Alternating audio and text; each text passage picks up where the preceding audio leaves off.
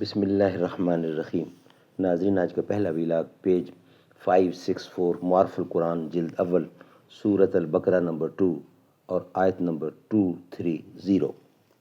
بسم اللہ الرحمن الرحیم۔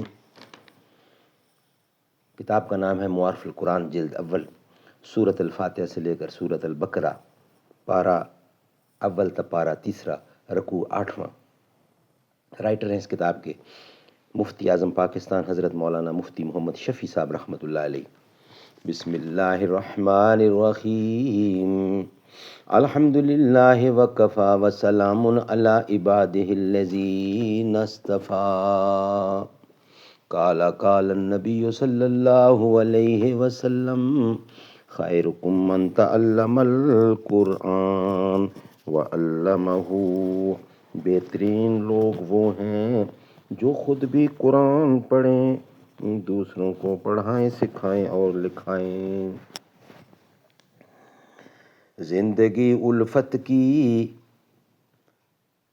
درد انجامیوں سے ہے میری، عشق کو آزاد دستور وفا رکھتا ہوں میں۔ زندگی الفت کی درد انجامیوں سے ہے میری، عشق کو آزاد دستور وفا رکھتا ہوں میں۔ سچ اگر پوچھے تو افلاس تخیل ہے وفا، دل میں ہر دم ایک نیا معشر بپا رکھتا ہوں میں۔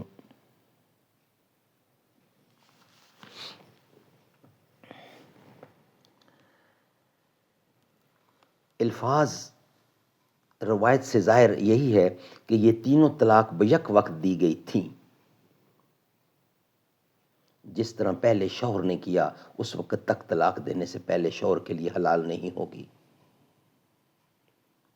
الفاظ روایت سے ظاہر یہی ہے کہ تینوں طلاق بیک وقت دی گئی تھیں۔ شروس حدیث فتح الباری، عمدہ القاری، کستانی وغیرہ میں روایت کا مفہوم یہی قرار دیا گیا ہے کہ بیک وقت 3 طلاق دی تھیں، اور حدیث میں یہ فیصلہ مذکور ہے کہ رسول اللہ صلی اللہ علیہ وسلم نے ان 3 طلاق کو نافذ قرار دے کر یہ حکم دیا کہ جب تک شوہر ثانی سے ہم بستری اور صحبت نہ ہو جائے تو اس کے طلاق دینے سے شوہر اول کے لیے حلال نہیں ہوگی۔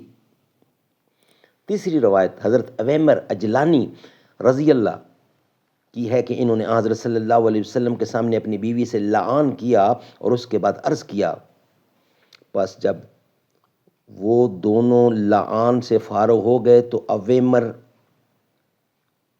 نے کہا، اے اللہ کے رسول، میں اس پر جھوٹ بولنے والا ہوں گا۔ اگر میں نے اس کو اپنے پاس رکھ لیا تو اویمر رضی اللہ عنہ نے اس کو 3 طلاقیں دے دیں قبل اس کے کہ رسول اللہ صلی اللہ علیہ وسلم انہیں حکم دیتے۔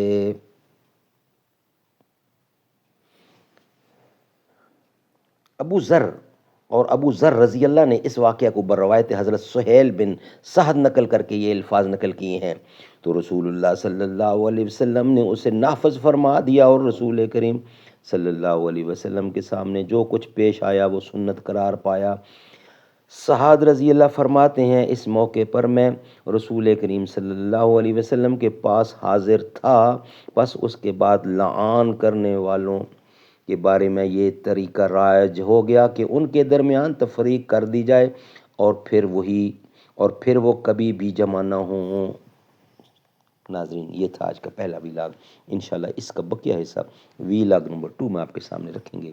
ویلاگ نمبر 1 ہمارا کمپلیٹ ہوا۔